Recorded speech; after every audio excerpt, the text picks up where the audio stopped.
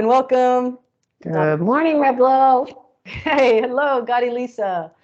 We're so glad that anyone and everyone who is interested in what is happening with Miracles with a Twist conversation has tuned in. I'm Rev Lori Cardona. I'm here with Rev Lisa Benton. We are here to dig deep and unpack on issues related to A Course in Miracles from an interfaith perspective, as well as what we call everyday spirituality, things that happen in the world that we can relate to our spiritual lives. And we take our guidance from how Spirit moved us during the live stream, which occurs on Thursdays on Facebook. So on Facebook, you can find Miracles with a Twist. And on Facebook, you can also find Miracles with a Twist Conversations. It's two different Facebook pages. And then everything is archived on YouTube.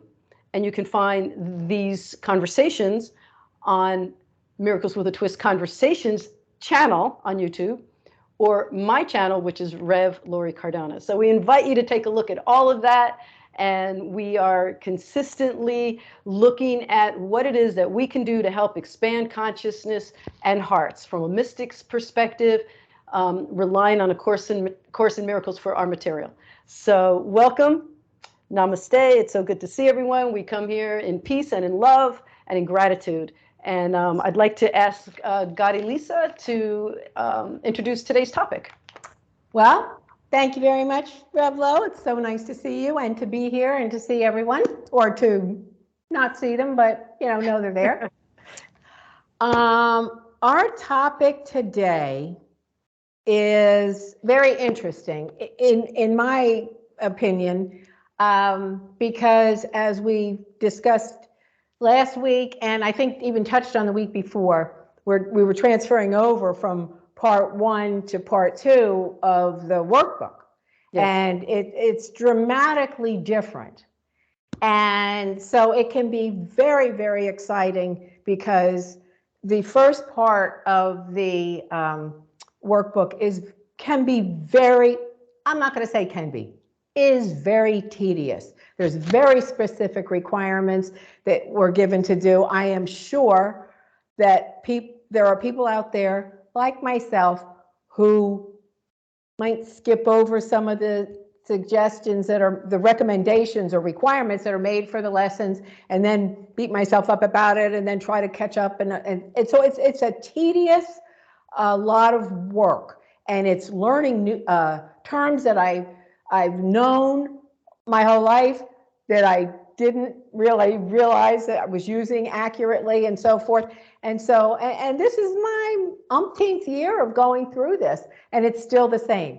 So it's very tedious. As we move into part 2, the lessons are that we go from where we learned all this stuff to putting it into practice, experiencing what was taught to us in part 1.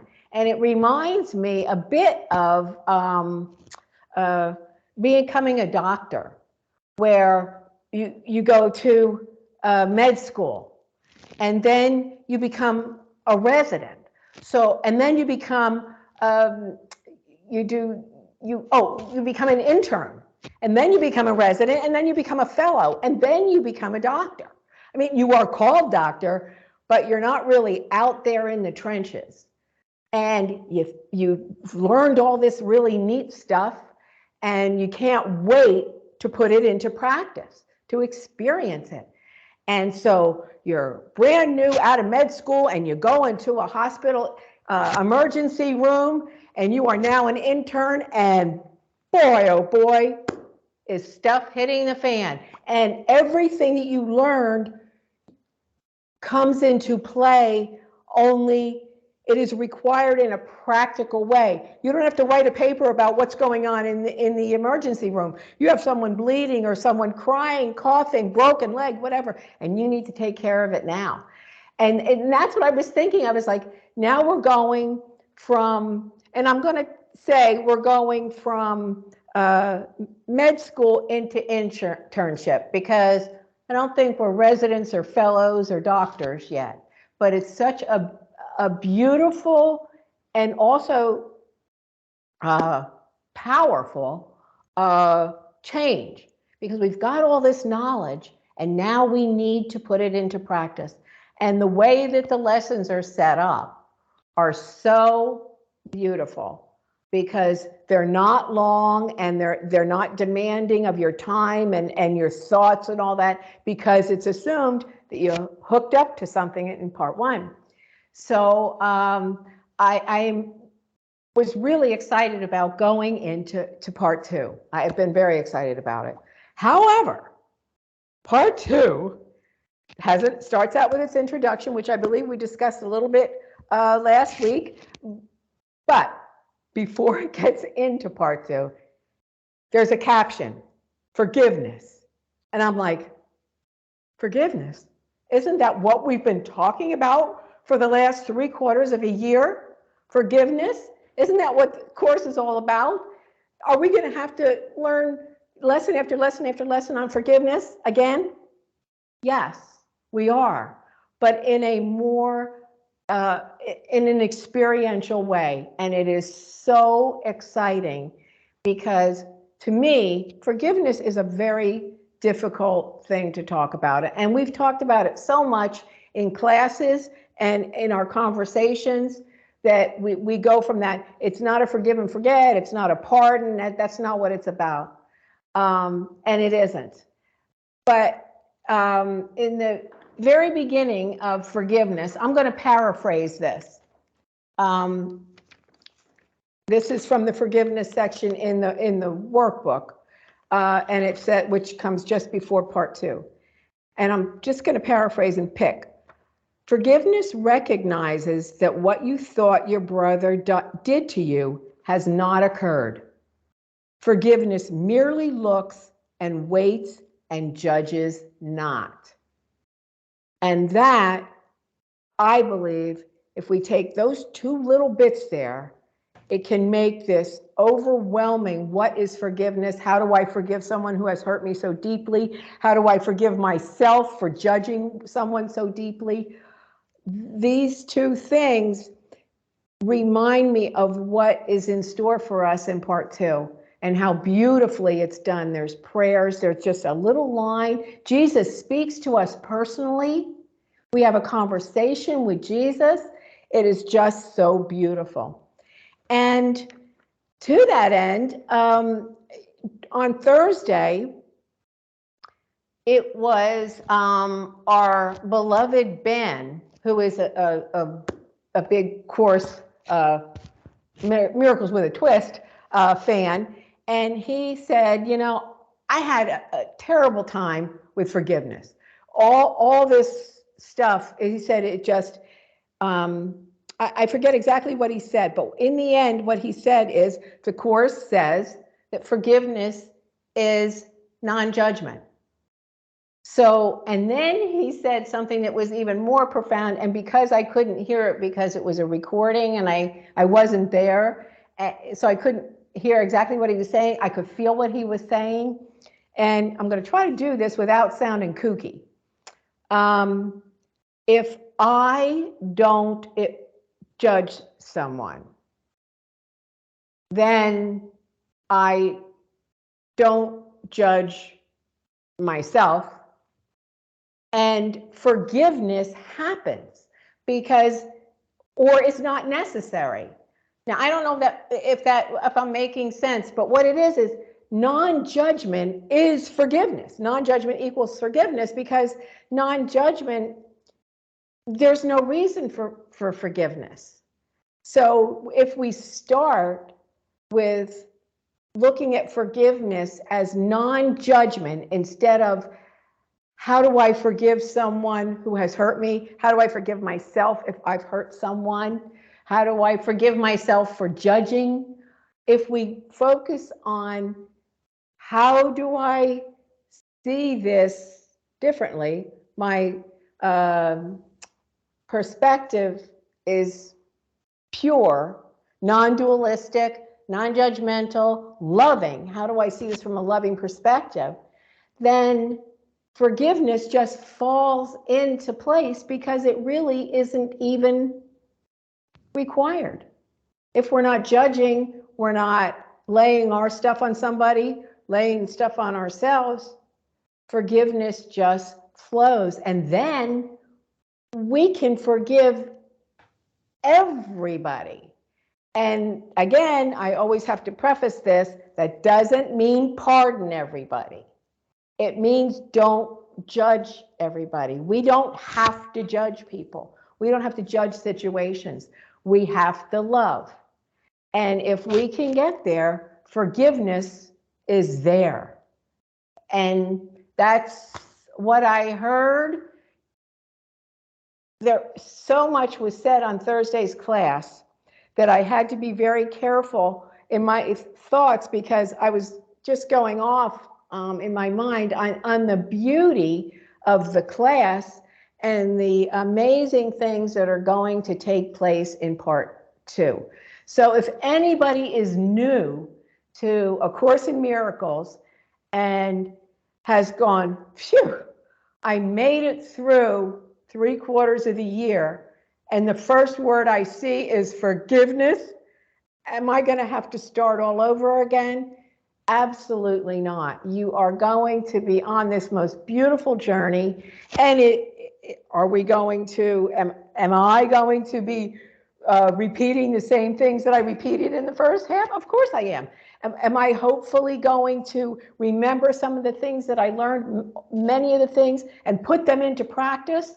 Yes, I am. And with these beautiful prayers, this beautiful support from Jesus, it is just something that is so exciting. So maybe nobody thought twice about forgiveness. I just know it stuck out like a sore thumb to me when I saw, oh my goodness. And mind you, this happens to me every year when I redo this. So that's what it is. That's what I've got to say today. And I hope I haven't confused anybody. I hope I clarified a few things. But I think the biggest thing is that we have received, we've filled our toolbox with all kinds of things, and now we have to go out and start using those tools and discerning which tools are the best to use. But it all comes from non-judgment, which results in forgiveness of ourselves and others. Yes. Thank you. Thank you, Goddi Lisa. So I want to unpack a little bit of what you were talking about. Please do. Unpack and dig deep. So we had a pretty extensive conversation not long ago. It was either our number 8 or 7, talking about the relinquishment of judgment. And that was based on one of the live streams that we did. And one of the most profound statements in there that helped me to see and understand more than I perhaps ever have before, because I've been reading this for almost 30 years, and it's amazing how every now and then something comes to me or comes to you, comes to any of the readers in a way that's aha, like you finally get it, you know, like you finally get it, and then there's a shift that occurs in your consciousness so that you do find that you're starting to see things differently. And so when we talked about the relinquishment of judgment, it was the part that said, I cannot possibly know. I cannot possibly know the past, the present, the future. I cannot know everything that has occurred that's related to this circumstance. And it's because of that that I can't judge it. And so what you read was that we look upon something and we do nothing. We do nothing because when we allow spirit to be our eyes, or for us to look through the eyes of spirit from a spiritual perspective, we do have that realization that we cannot know from the past, present, and future why we're having this experience. And that wasn't exactly the part you read. Could you remind me what it was that you read? Could you read that again? About what I read about forgiveness? Yeah. Yeah, okay. Yeah, forgiveness recognizes that what you thought your brother did to you has not occurred.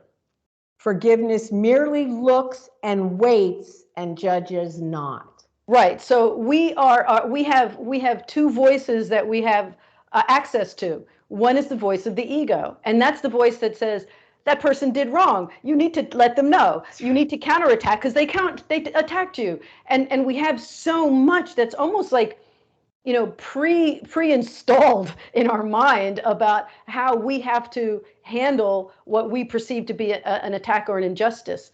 And the Course is continuously reminding us that what we saw is for us to look at and do nothing. Do nothing. Why are we doing nothing?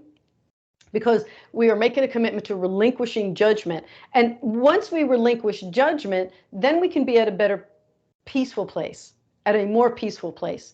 Absolutely. And from that peaceful place, we can then discern our part in it, because we do have to have discernment. And maybe the discernment is to step away from a situation as opposed to going in there and you know, becoming a fight of the situation, right. Become a fighter in the situation, to make some changes within our own lives, to affect change in other people's lives, to perhaps do some good, some act of kindness that will help.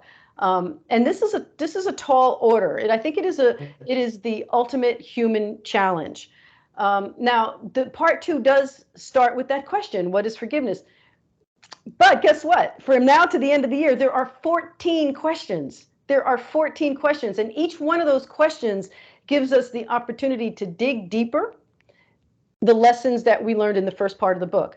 Now, even if you're not doing the workbook, if you're out there and you're saying, well, I'm not doing the workbook, you're still going to learn a lot from these conversations, because it's still about issues related to our spiritual path. Whether you're following A Course in Miracles or you're following another mystic's path, you're still going to come up against the concept of finding inner peace through forgiveness, through replacing your blocks to love, and deconstructing the ego, which is so jam-packed and filled with opinions and concepts about how we need to be reacting, not responding. The ego wants us to react. Right. Spirit wants us to respond. And it's two different things. So there's 14 questions, and the question starts with what is forgiveness? There's many questions between now and the final question, which is, what am I? And I'm like, wow, what am I? Who am I in this, you know, this schematic design of everything that we are a part of? You know, we're just notes in a symphony. And like, when do we play our part to create harmony? You know, we can be out of tune or we can be in harmony. And so this is our challenge, you know, to continuously come back to creating harmony in our lives and in situations. And A Course in Miracles is giving us those tools. The ultimate goal of the Course is atonement. The ultimate goal is for us to get to a place where no matter what we're doing, no matter who we're seeing, no matter what we're interacting with, we see ourselves as a part of it. That it is a non-dualistic perspective, that I see you as part of me. I see myself as part of you. We are reflections of one another. And to do our work in that moment, to eliminate whatever is stopping us from seeing that reflection, the reflection of the divine, the reflection of myself, the reflection of the beloved. And so this is our goal. But one of the tools, the major quantum physics leap tool that we're given, is forgiveness. Absolutely. And when Helen, the channel, and Bill, the scribe, were writing these lessons, don't forget the text came first, and then the lessons, and then the manual for teachers. So they went for years writing this stuff down, and you know, they were like, what is this? And Helen was very resistant to it, whereas Bill fell into it. He became a living master of the principles. He really loved it and absorbed it and wanted to live it. And I heard this great story recently, that people were, it was brand new stuff. And, you know, they initially, you know, did old fashioned, you know, go into the copy machine with that paper. Remember, you had to have like that paper and you know, trying to churn out all these pages. Mimeographs. Is that what it was? Mimeograph. And they made like a, you know, a binder, and they gave it to Edgar Casey's son, Hugh Lynn Casey, and they started passing it around amongst their friends to try and learn it and understand it. And these were the very first students. And he had some friends who became conflicted and adversarial over the material. So they're like, well, we'll call Bill in because he's the one who gave it to us, so he'll give us the answer. So they have him come over, and he's like, what's going on? And they were like genuinely mad at, I mean, it had turned into such an argument that it was like, I'm right. No, you're, this is what it means, and they had two very different opinions. So Bill goes over to him. He goes, well, let me see where in the book you found such conflict. So they show him the part, and he goes and he rips the page out. He goes, it doesn't matter. Why did he rip the page out? He said, whatever separates me from my brother needs to be eliminated. Whatever separates me from you needs to be eliminated. And that has to be my focus. And if that means it was a page in A Course in Miracles, he was like, let's just get rid of it. Then there's nothing to argue about.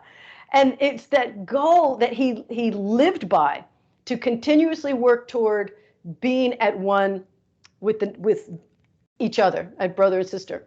And there's another great story about him going in to see, because they had a regular job. They were psychologists. I know, they did this for 9 years in the midst of being psychologists. Yeah. Very intense environment. They were working at the University of Columbia in New York. So he said he was going to try loving this one guy who was just such a grump, so adversarial, had nothing to do with A Course in Miracles at all. He didn't even know what they were doing on the side. Just didn't like him. Just did not like Bill. And Bill used to go into his office every day and sit down and say, I'm going to call him Joe. I don't remember the guy's name, or if they even gave him the name. He was like, good morning, Joe. How are you doing today? And Joe was reading the newspaper. Remember the days of the newspaper? Yeah. And would not put the newspaper down and say hello. He would just like turn the page, as in like leave, So Bill said, you know what? I'm just going to love him. I'm going to see him as a brother. So he would go in. Good morning, Joe. How are you? Joe would ignore him. So one day he said he went into the room, into the office. He sat down and he just looked at the newspaper dividing them. And he just said like this prayer in himself. I'm only here to be helpful. I'm only here to represent He who sent me. A beautiful prayer in A Course in Miracles. And most of the early teachers always started all their lessons with that one. I am only here to be helpful. I am only here to represent He who sent me. He will give me the words. And that little line is on a feather that Pam gave me years ago, and it's still at my door. I am only here to be helpful. So he said he sat there and he just would pray, and he would get up and leave the office. So one day he went in, he sat down, he was looking at Joe, and as soon as he comes in, Joe picks the newspaper up to let him know he's going to ignore him, kind of like on the airplane, So he goes in there, he sits down, he says his little prayer to himself. He doesn't say it out loud. He gets up, and Joe puts the paper in and goes, aren't you going to say good morning? Aren't you going to ask me how I'm doing? And Bill went back and sat down, and he was like, yeah, how are you? And it was like this breakthrough, but he didn't argue with the guy. He didn't say, why aren't you paying attention to me? He sat there and he prayed, I am only here to be helpful. I am only here to represent He who sent me. And imagine if every situation we went into, that was the attitude we had, even if it's adversarial. And in my mind, I have the ego that's telling me, you better let that person know, that they hurt you, or they said the wrong thing, or they're being narcissistic, or, all the things that we think we know, right? Yeah. Instead to say, I'm only here to be helpful. I am only here to represent He who sent me. I mean, if I can get to that every day in every situation, then I would be so grateful at the end of the day, because I would have no regrets. I would have nothing to say I'm sorry for. I would only be able to say, I'm ready for the next day. I am ready to start anew every day, to pray harder, rise higher, love steadily, forgive readily. And that's what we're here to do. So I really appreciate these conversations. Was there something you wanted to say? Well, I just wanted to say that I have never not experienced the transformation that went on between Bill and Joe when I was as committed as Bill was. Never. I have never been let down. When I have stayed focused.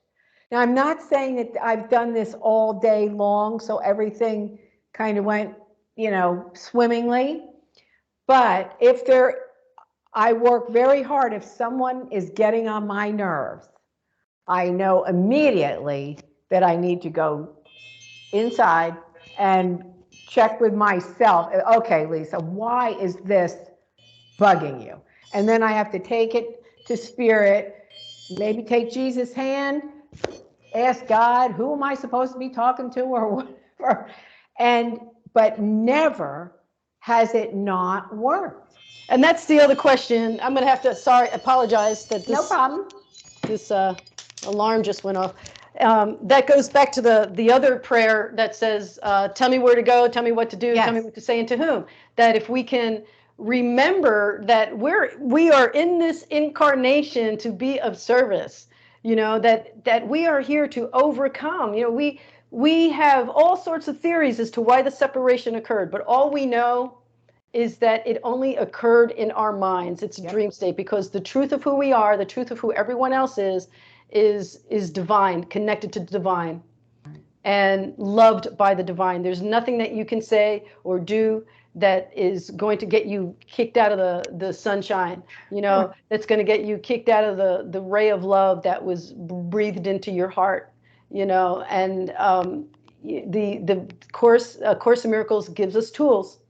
It gives us tools, and it is for us to rise to the occasion. It's funny that you used the analogy of going to medical school, because as you were saying that, I was thinking about seminary. Yeah. You start out as a student, and then you go into being a minister in training, and you learn all this stuff about how to pray with people, how to do a baptism, how to perform a wedding. But it's not until you do it that you actually have the practical experience. But it's not until you really feel comfortable with being a minister, when you stop doubting yourself, when you stop wondering, do I deserve this? And instead you wake up with the idea that I am going to be of service today. Yes. However it comes along, to ask for the opportunities to be a blessing, like the prayer of Jabez, expand my territory. Let me be a blessing today. Expanding my territory is not my territory of stuff. It's my territory of opportunity to be a blessing. Yes.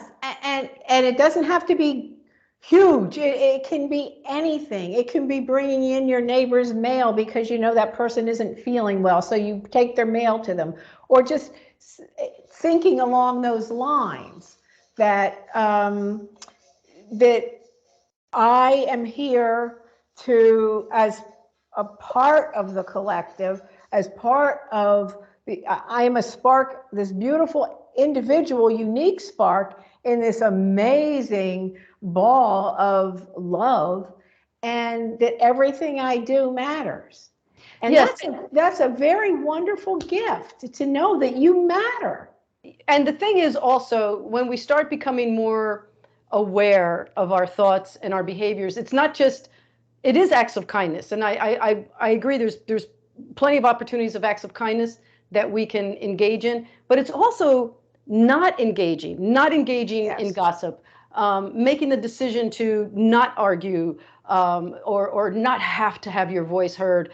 That realization that everything we do has an effect on others, and even has an effect on ourselves. And to be able to be aware of where our mind is going, where our thoughts are going, what it is, where our words are going. Am I speaking from love?